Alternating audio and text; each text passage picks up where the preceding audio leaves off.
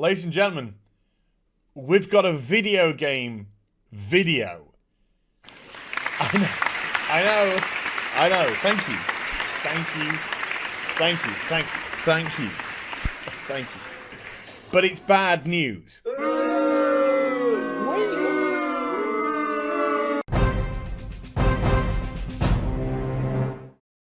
Hi everyone, it's Az here from HeelvsBabyface. I know, look, I'm just a messenger. Don't shoot the messenger, please. Please no shooty messenger, shooty time. But we've got a video game video, I know. And I've heard about all the Randy Pitchford stuff. I'm looking into it. I'm going to look into it. Maybe we'll even have another video game video tomorrow as well. It's like it's Christmas. Or there's a global... Anyway, don't need to go into that. So, this tweet came out 7 p.m. UK time, so a couple of hours ago. I was live streaming at the time, so that's why I'm a little bit late on it, you know what I mean? From PlayStation update. SIE, Sony Interactive Entertainment, I think, has made the difficult decision to delay the launch of The Last of Us Part 2, and the not so difficult decision to delay Marvel's Iron Man VR until further notice. Logistically, the global stuff which is going on is preventing us from providing the launch experience our players deserve. Eek! But, look, understandable. Before we go into the chit-chat, though, let's leap across now to Naughty Dog. They've got a statement. I'll read it to you. It's covering my page. You can't be asked to shrink it. As you've likely seen, just sit back, get a drink, relax. As you've likely seen, the release of The Last of Us Part 2 has been delayed. We're sure this news is just as disappointing to you as it is to us. We wanted to reach out to all of you in our community to give you a little more information. The good news is we're nearly done with development of The Last of Us Part 2. We're in the midst of fixing our final bugs. And kissy. However, even with us finishing the game, we were faced with the reality that due to logistics beyond our control, we couldn't launch The Last of Us Part 2 to our satisfaction. We want to make sure everyone gets to play The Last of Us Part 2 around the same time, ensuring that we're doing everything possible to preserve the best experience for everyone. This meant delaying the game until such a time where we can solve these logistic issues. We were bummed about this decision. Interesting choice of words there. But ultimately understood it's what's best and fair to all our players. We're hoping that this won't be a long delay, and we'll update you as soon as we have new information to share. We wish you all, your families, your friends, the best of health. Thank you for being amazing fans and your continued support. Stay safe. Okay. Two, earnest statements by the companies. And I know it's frustrating for us because The Last of Us Part 2 was due out, end of May. So we were less than 2 months away from the second part of this, what was, very, very good first part indeed. We don't know how this one's going to turn out, but very, very good first part. But obviously, current day issues, it's to be completely expected. The last thing I think a game needs right now is a staggered launch. If the US and Europe maybe got it and then other parts of the world didn't get it, spoilers are going to be out there for all. And there's going to be no stopping them.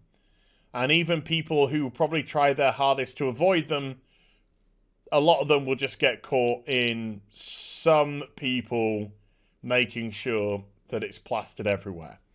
So the last thing you want is an experience that's going to be ruined for a vast majority of your fan base. And also, from a business perspective, it will cost them.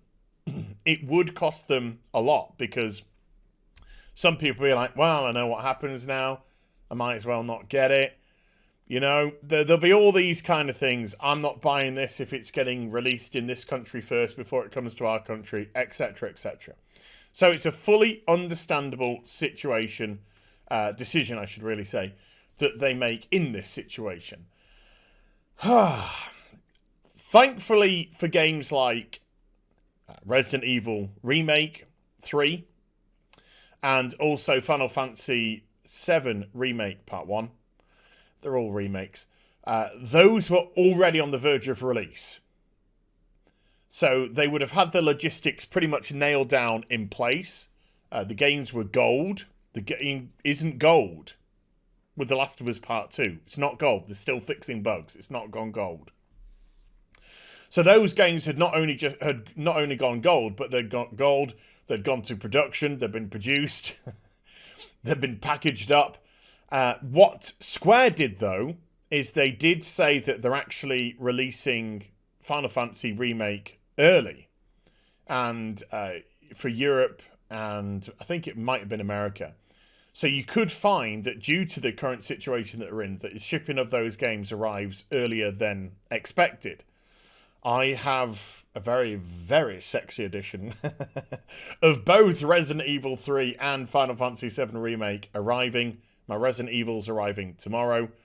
So everything is going logistically as planned there, no problems. And I'll probably find that my Final Fantasy 7 arrives a little bit early as well.